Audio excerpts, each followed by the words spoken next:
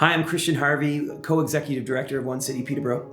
When people ask me what One City is, I often have a hard time explaining because we have such a range of services. We are what some would call a multi-service organization. But what I think we are is actually an organization that wraps around people, that wraps around them to support them in a variety of ways, to work towards that feeling of belonging and flourishing that we name in our vision statement.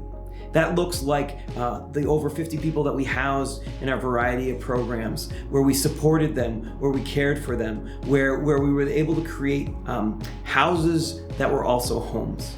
We have our employment program where we employed over 40 people to engage in work, some of whom had not been able to work in a really long time, and we were able to provide meaningful work that helped them rediscover the dignity, that sense of self-worth that was always there, but often gets buried in all the voices that keep telling them they don't have worth.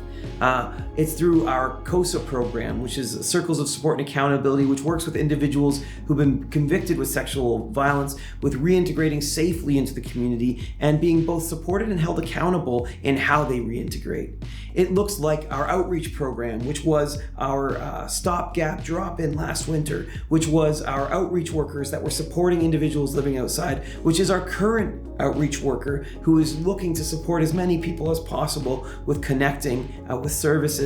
It looks like our partnership with Elizabeth Fry Society and handing out survival gear from our office here every day of the week.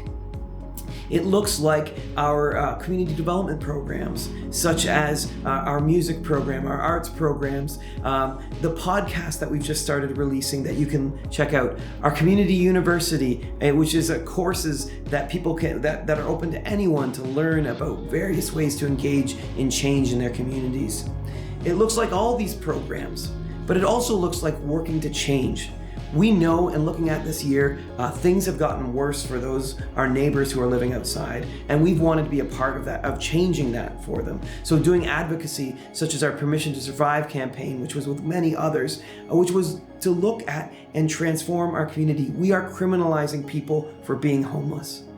And that is not the way. And so we want to expose that and say we need to, at least in this time, allow people a safe place to exist, to allow them to tent in a place that's legal and stop criminalizing them for our own systemic failures that have created homelessness in the first place. I look back and I'm proud of who we have been in this past year and excited for where we will go.